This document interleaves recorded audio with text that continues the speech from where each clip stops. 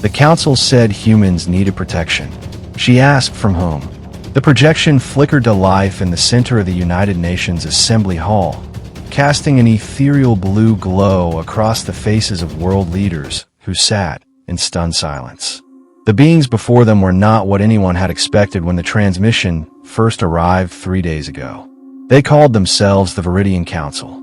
7 figures materialized in holographic form, humanoid, but distinctly other. Their skin held the shimmer of oil on water, faces elongated and serene, eyes like pools of liquid mercury. They wore robes that seemed woven from starlight itself, constantly shifting between colors that had no name in human language. Dr. Amara Konkwo sat in the observer section, her security badge still feeling foreign against her chest. At 34, she was the youngest xenobiologist ever appointed to the Global Contact Initiative, pulled from her research station in Lagos just 48 hours ago. Her fingers drummed against her tablet as she recorded every detail, every micro-expression, every shift in the holographic projection's light spectrum. The central figure of the council stepped forward. When it spoke, the words bypassed ears entirely, settling directly in a mind like memories that had always been there. People of Earth, the being began, its thought voice carrying the weight of eons. We are the Viridian Council, guardians of this galactic sector for the past 4,000 of your years. We have watched your species with great interest. Your resilience, your creativity, your capacity for growth.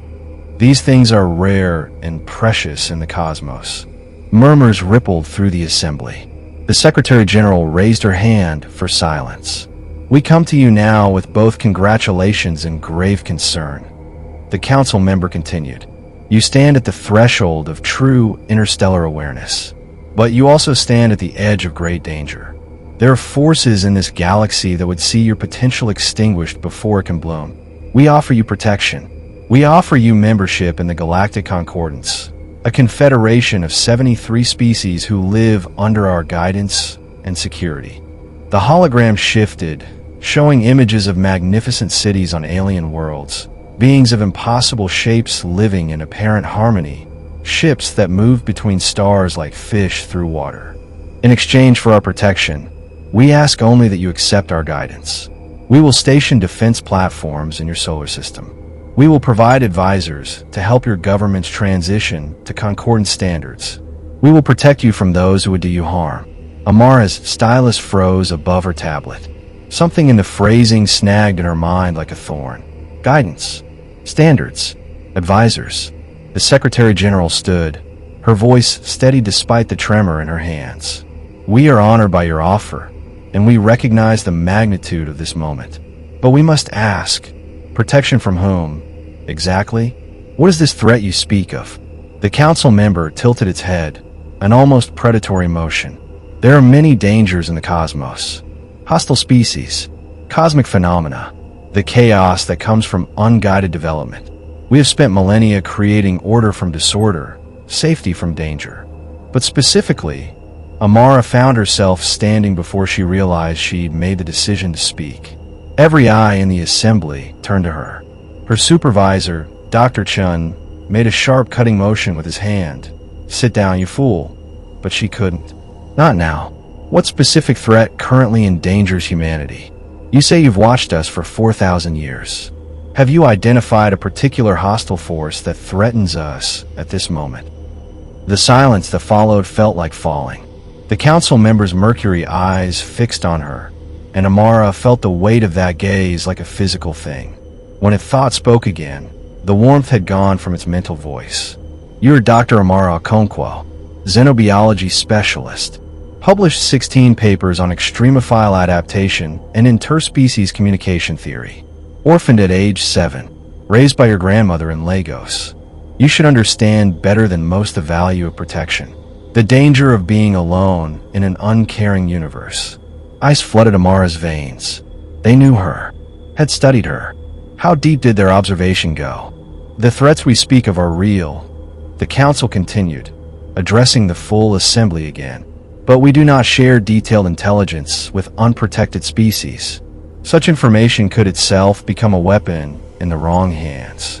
Accept our protection, join the Concordance, and all will be made clear. That's not an answer, Amara said, surprised by the steadiness of her own voice. That's a sales pitch that relies on fear of the unknown. You're asking us to surrender our autonomy to protect us from a threat you won't even name. Dr. Okonkwo, the Secretary General's voice held a warning. Perhaps we should. No. Amara stepped into the aisle, closer to the holographic projection. This is the most important decision in human history. We deserve real information, not vague promises and unnamed fears. If you truly respect our species, if you truly see our potential, then respect us enough to treat us as equals. Tell us what we're supposed to be afraid of. Let us make an informed choice. The council member regarded her for a long moment. Then, impossibly, it smiled. The expression held all the warmth of a shark's grin. Very well, Dr. Okonkwo. You wish to know the truth. The threat you face is yourselves. You are a young, aggressive species with access to increasingly dangerous technology. Without guidance, without the stabilizing influence of the Concordance, you will destroy yourselves within 2 centuries. We have seen it happen 17 times before with species of your development level. We offer you a chance to avoid that fate by subjugating us to your control, Amara said quietly. By saving you from extinction, the council replied. We will return in 7 of your days for your answer. We hope you will choose wisely. Choose survival. The projection vanished, leaving only the shocked silence of the assembly hall and the fading smell of ozone in the air. Amara expected to be fired. Instead, she was promoted. By the time she returned to her temporary office in the UN complex, she had 17 missed calls from news organizations, 43 emails from academic colleagues, and 1 handwritten note slipped under her door. Rooftop garden. Midnight. Come alone. A friend who shares your concerns. She almost threw it away. Every thriller she'd ever watched screamed that mysterious midnight meetings were how people ended up dead. But something about the precise handwriting, the quality of the paper, made her pause. At 11:47 p.m., she took the elevator to the building's rooftop garden. The space was designed as a meditation area for stressed diplomats. Carefully cultivated plants from 6 continents, the soft sound of water features, strategically placed benches. At this hour, it should have been empty. Instead, a woman stood by the eastern railing, silhouetted against the Manhattan skyline. She turned as Amara approached, and even in the dim light, there was something striking about her presence. Tall, perhaps 60, with silver hair pulled back in a severe bun and eyes that missed nothing. Dr. Okonkwo, thank you for coming. I'm Director Sarah Volkov. I work for an organization that officially doesn't exist. That's not ominous at all, Amara said dryly.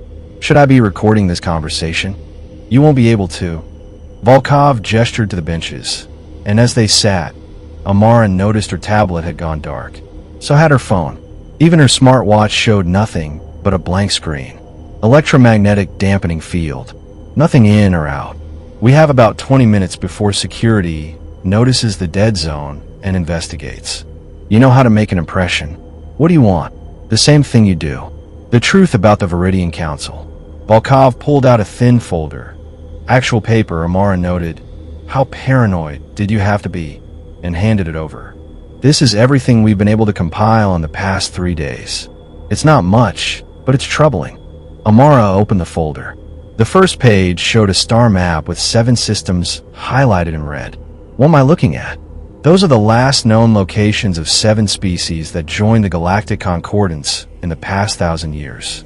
Notice anything unusual? Amara studied the map, her xenobiology training kicking in. These are all resource-rich systems. High concentrations of rare earth elements, exotic matter, energy sources. She looked up sharply. Where are the species themselves? Excellent question. According to the limited data we've been able to intercept from the Council's own transmissions. And please don't ask how we managed that. All 7 species underwent what they call cultural integration and optimization. Which means, we don't know exactly, but all 7 species stopped broadcasting within 50 years of joining the Concordance. Their worlds are still inhabited, still productive. But by the time any independent observers reach those systems, the original species are different, homogenized. Some reports say they're more like biological robots than living cultures. Amara felt her mouth go dry. You're saying the Council assimilates species. I'm saying there are troubling patterns, and we have 72 hours before the world's governments make a decision that could end human autonomy forever. Volkov leaned forward. You asked the right question in that assembly hall. The Council's entire pitch relies on an unnamed threat that they conveniently won't specify. Classic manipulation tactic. Make someone afraid of shadows, then offer to sell them a light. But what if they're telling the truth? What if there really is a threat out there? Then we should know what it is. Real protectors don't demand blind faith. They share information. They respect autonomy. They treat you as a partner, not a child who can't handle scary truths. Volkov's expression hardened. The organization I represent has been tracking unusual signals from deep space for 40 years. Signals that suggest we're not nearly as alone as we thought.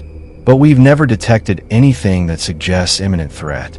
No invasion fleets, no hostile scans, nothing that would require us to surrender our freedom to his self-appointed guardian. Amara closed the folder.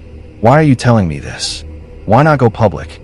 Because we have no concrete proof, only suspicions and patterns. If we go public now, we'll be dismissed as conspiracy theorists, and the Council will simply adapt their approach. But you asked the right questions in front of the entire world. People are listening to you now. If you keep pushing for answers, if you demand transparency, others will follow. You're asking me to become the face of resistance to a technologically superior alien civilization that could probably vaporize our planet with a thought. I'm asking you to do what you did in that hall. Ask questions. Demand truth. Don't let fear make us into slaves. Volkov stood. The dampening field drops in 3 minutes. I'll leave first. Think about what I've said. If you want to know more, there's a secure drop site. Wait, Amara stood as well. If your organization has been tracking signals for 40 years, and you've never detected a threat, what have you detected? Volkov smiled, and for the first time, there was genuine warmth in it. Thousands of civilizations, Dr. Okonkwo, an entire galaxy full of life, most of it too busy living to bother with conquest. The universe isn't nearly as dangerous as the Council wants us to believe. It's just not as controllable as they prefer. She walked away into the darkness, leaving Amara alone with a folder and a decision that felt far too large for one person. The next 3 days unfolded like a fever dream. Amara threw herself into research, reaching out to every contact she'd made in her career, every colleague who'd published on exobiology, xenosociology, or interspecies communication. She cross-referenced every scrap of information about the Council's transmissions, analyzed the linguistic patterns in their thought-speech, compared their claims against everything humanity had observed about the cosmos. The more she looked, the less she liked what she found. The Council's description of the chaotic cosmos didn't match astronomical observations. Yes, there were dangers, gamma-ray bursts, rogue black holes, solar flares, but nothing that suggested an actively hostile universe. The vast majority of space was just space. Empty, neutral, indifferent. Their claims about species destroying themselves were harder to verify, but the patterns they described didn't match human psychology. Yes, humans were capable of violence and self-destruction, but they were also capable of adaptation, cooperation, and innovation. Every prediction of human extinction, from nuclear war to climate collapse, had been met with innovation and, however imperfectly, collective action. On the second day, she received an encrypted message from Dr. Yuki Tanaka, a quantum communications specialist at the University of Tokyo. The message contained a single sentence. The Council's transmissions are being jammed. Someone doesn't want us talking to anyone but them. Amara's blood ran cold. She verified the data herself. Sure enough, for the past week, every frequency that could theoretically be used for deep space communication was flooded with sophisticated interference. Nothing that would damage Earth satellites or communications, but enough to make it impossible for humanity to send or receive messages beyond the solar system. The Council wasn't just offering protection. They were enforcing isolation. On the third day, Amara was summoned to a closed-door session with the Security Council's Special Committee on the Viridian Contact. 23 people sat around the table: world leaders, military advisors, top scientists, and her. The Chinese premier spoke first. Dr. Okonkwo, you've become something of a voice for the skeptical position regarding the Council's offer. We'd like to hear your assessment. Amara had prepared for this. She'd rehearsed her arguments, organized her data, practiced staying calm. But looking at these faces, some hopeful, some fearful, all waiting for guidance, she felt the weight of the moment crash down on her. The Council's offer is not what it appears to be, she began. Every element of their approach is designed to manipulate rather than inform. They've isolated us by jamming deep space communications. They refuse to provide specific information about supposed threats. They've given us an artificially short deadline to create pressure, and the historical pattern of species that join their concordance suggests not protection, but assimilation. But you don't have proof, the US president said. Just suspicions and patterns. That's exactly my point, sir. We don't have proof because they won't provide it. Real allies share information.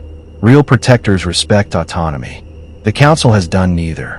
They demand trust without earning it, obedience without justification. The Russian representative leaned forward. And if you're wrong, if there truly is a threat out there, and we refuse their protection, and humanity pays the price, then we face that threat as a free species, with our eyes open and our choices our own, Amara said. But I don't believe I'm wrong. I think the only threat the Council wants to protect us from is the threat of remaining independent, of developing into a species that might challenge their control of this region of space. That's quite an accusation, the Premier said softly. Yes, sir, and I wish I could prove it conclusively. But the Council has made sure I can't. They control all the information, all the access. We're being asked to make the most important decision in human history, based on fear and faith, rather than fact. That alone should tell us everything we need to know. Silence filled the room. Finally, the Secretary General spoke. What would you have us do, Dr. Okonkwo? I would have us demand real answers. When the Council returns tomorrow, we should present a united front. We'll consider their offer, but first, they must provide specific information about current threats, verifiable data about the fate of species in the concordance, and an explanation for why they're jamming our deep space communications. If they truly respect us, they'll understand we need real information to make a real choice. And if they refuse, Amara met the Secretary General's eyes. Then we'll have our answer about their true intentions, and we'll face whatever comes next as a free species. The Council returned exactly 7 days after their first contact, their holographic forms materializing in the same UN Assembly Hall. But this time, the atmosphere was different. Where before there had been shock and confusion, now there was steely resolve. The Secretary General stood before the projection could speak. Honored Council, we have considered your offer with the gravity it deserves. Before we can make a decision, we require additional information. The lead council member tilted its head in that unsettling predatory motion. You wish to negotiate the terms of your own salvation. We wish to make an informed choice about our future. Specifically, we need you to provide detailed information about the current threat to humanity, verifiable data about the fate and current status of species within the concordance, and an explanation for why our deep space communications have been jammed since your arrival. The temperature in the room seemed to drop 10 degrees. The council members' mercury eyes swept across the assembly, finally settling on Amara. Dr. Okonkwo's influence, I presume. Amara stood, refusing to be intimidated. These are reasonable questions that any sovereign entity has the right to ask. If you truly respect humanity's potential, you'll respect our need for transparency. You do not understand the complexity of galactic politics, the council member said, and for the first time, there was an edge of anger in its thought voice. Some information is too dangerous for unprotected species. Some truths would cause panic, chaos. We have guided 73 species through this transition. We know what is best. Then you're not offering protection, Amara said quietly. You're offering subjugation. Real allies don't say trust me. I know better. They share information. They respect agency. They treat partners as equals. You speak of equality. The council member stepped forward, its holographic form somehow feeling more solid, more threatening. You, who have barely touched your own moon. You, who still burn dead plants for energy. You, who war among yourselves over resources and ideology. You dare to speak of equality with civilizations that crossed the stars before your species learned to make fire. Yes, Amara said, because wisdom isn't measured in years or technology. It's measured in how you treat those with less power than yourself. And right now, you're treating us like children who can't handle the truth, like property to be managed rather than beings to be respected. The other council members moved forward, flanking their leader. The air crackled with energy. Several security personnel reached for weapons before remembering that bullets couldn't hurt holograms. You know nothing of the cosmos. The lead council member's thought voice had gone cold as ice. Nothing of the wars that have scorched entire sectors of the galaxy. Nothing of the predator species that see young civilizations as prey. Nothing of the cosmic phenomena that could erase your world in an instant. We have spent 4 millennia building a sanctuary in this region of space, a place of order and safety, and you would throw that away because of your primitive need for autonomy. If this is a sanctuary, Amara said, why does it require forced enrollment?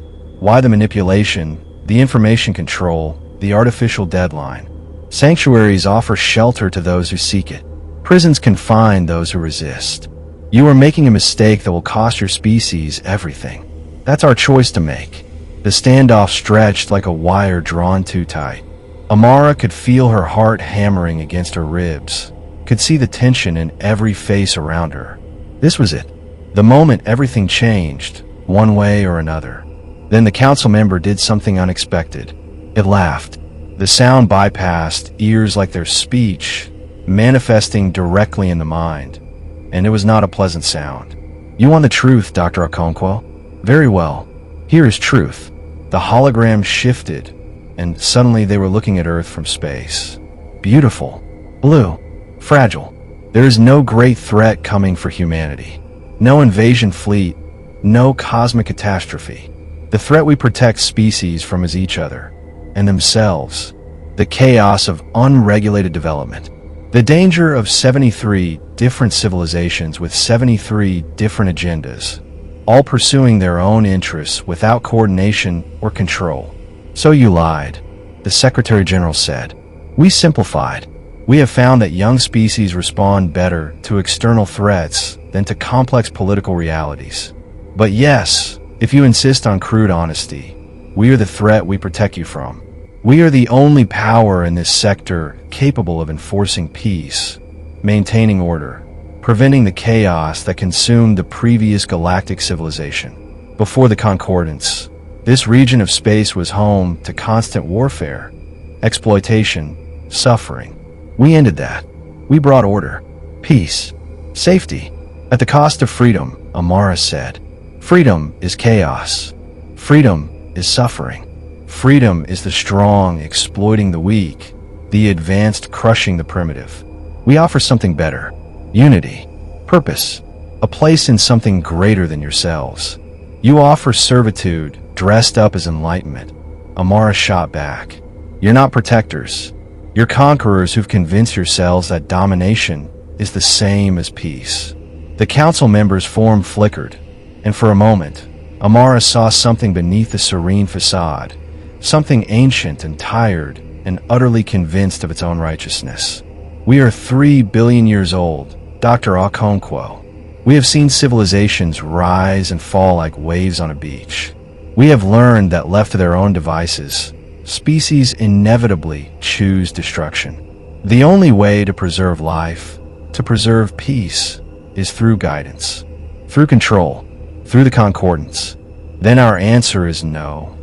the Secretary General said, and Amara felt a surge of pride at the steel in her voice. Humanity thanks you for your offer, but we will chart our own course. We will face the cosmos on our own terms, with our eyes open and our choices our own. The silence that followed felt like the moment before a storm breaks. You are making a grave mistake, the council member said finally. We will withdraw our protection. We will leave you to the chaos you seem so eager to embrace. And when your species tears itself apart, and it will, when the suffering begins, and it will, remember that you chose this. We'll remember that we chose freedom, Amara said. We'll remember that when offered comfort at the cost of our autonomy, we chose to remain human. The council member regarded her for a long moment. Then it nodded, a gesture that somehow conveyed both respect and pity. Perhaps you are more ready for the cosmos than we thought. Or perhaps you were simply more foolish. Time will tell. It turned to address the full assembly. We will depart your system within one rotation of your planet. The communication jamming will cease. You will be free to contact whomever you wish in the galaxy. And you will discover, as all young species do, that freedom comes with a price. The hologram began to fade, but just before it vanished completely, the council member's mercury eyes found Amara one last time. Goodbye, Dr. Okonkwo. I suspect we'll meet again. The cosmos has a way of teaching harsh lessons to those who refuse guidance. Then they were gone, leaving only the smell of ozone and the weight of what humanity had just done. The next 3 weeks passed in a blur of activity and revelation. As promised, the council ships departed the solar system. The communication jamming stopped, and for the first time in human history, Earth's messages reached out into the cosmos and received answers. Hundreds of answers. Thousands. Civilizations that had been watching humanity's confrontation with the Viridian Council with great interest. Some offered trade. Some offered cultural exchange. Many simply offered congratulations for choosing independence. And through it all, one message came repeatedly. You passed the test. Amara was in her office at the newly expanded Global Contact Initiative when she finally understood. Director Volkov sat across from her, looking years younger than she had at their midnight meeting. It was all a test, Amara said, scrolling through the classified briefing documents. The council, the threats, everything. Not exactly, Volkov said. The Viridian Council is real, and they do control a region of space about 200 light years from here. They genuinely believe in their philosophy of forced order. But they're also the smallest and least influential of the galactic political factions. Most civilizations refuse their protection. So why do they come here? Because this is how the real galactic community evaluates new species. They send the council to make their pitch. If a species accepts, they're marked as not yet ready for true independence, still too driven by fear, too willing to surrender freedom for safety. Those species get benign quarantine, left to develop under council protection until they're ready to reject it. And if a species refuses? Volkov smiled. Then the real invitations start arriving. Trade guilds, scientific collectives, cultural exchanges, defensive pacts, all the institutions that make up actual galactic civilization, as opposed to the Council's authoritarian fantasy. You just helped humanity pass the most important test we'll ever face. Amara leaned back in her chair, feeling the weight of exhaustion finally catch up with her. It was all manipulation. Just different manipulation. Yes and no. The choice was real, and the consequences of choosing wrongly would have been real. Humanity would have spent centuries under council oversight, isolated from the broader galactic community. Our culture gradually eroded and homogenized. But we also weren't facing that choice alone and uninformed. There are always people like me, organizations that slip information to species facing the council's test. Subtle help, enough to raise questions, but never enough to make the choice for you. That's still manipulation. It's the best system anyone's come up with for distinguishing between species ready for true independence and those who need more time to grow. Not perfect, but better than letting the council actually succeed in building their forced order empire or having no evaluation process at all and watching species stumble into situations they're not ready for. Amara thought about that, about everything that had happened. And if I'd stayed silent in that assembly hall, if I hadn't asked the questions, someone else might have, or might not have. Free will is real, Dr. Okonkwo. We gave humanity a chance to make an informed choice, but you and people like you are the ones who actually made it. You can't take credit away from yourself so easily. Through the window, Amara could see the UN Plaza, where crews were already constructing a new building, the Interspecies Coordination Center. In orbit, the first trade delegation from the Talcar Consortium would arrive tomorrow, bringing goods and ideas from civilizations that had never known council oversight. Humanity's real journey was just beginning. The council member said we'd meet again, Amara said quietly, that the cosmos would teach us harsh lessons. Oh, well, Volkov agreed. Freedom is harder than servitude. Independence requires constant vigilance, difficult choices, the willingness to face problems without a powerful authority figure to solve them for you. Some species eventually choose to join the council after all, decades or centuries down the line. They decide the burden of freedom is too heavy. But not us. Not yet. Maybe not ever. That's up to humanity to decide, one choice at a time, one generation after another. Volkov stood, extending her hand. Welcome to Galactic civilization, Dr. Okonkwo. The real one. It's messy and complicated and occasionally terrifying. But it's ours. Amara shook her hand, feeling something settle in her chest. Not quite peace, but purpose. What happens now? Now you have a meeting with the ambassador from the Whispering Collective. They're interested in your xenobiology research. Something about extremophile adaptation and their homeworld's unique chemistry. After that, you're scheduled to give a presentation to the new Contact Initiative recruits about the importance of asking difficult questions. Sounds like you have my next year planned out. I have the rest of your life planned out, if you want it. The cosmos is bigger than you can imagine, Dr. Okonkwo. More complex, more wonderful, more strange. And humanity needs people who aren't afraid to ask from whom. When someone offers protection we didn't ask for. After Volkov left, Amara stood at her window for a long time, watching the sunset paint the sky in shades of orange and gold. Somewhere out there, the Viridian Council was probably approaching another species, making the same offer, testing the same waters. And somewhere else out there, thousands of civilizations were living their lives, making their choices, facing the cosmos with all its complexity and danger and beauty. She pulled out her tablet and started drafting a message to the Whispering Collective. There was so much to learn, so many questions to ask, so much universe to explore. The Council had asked humanity to choose between safety and freedom.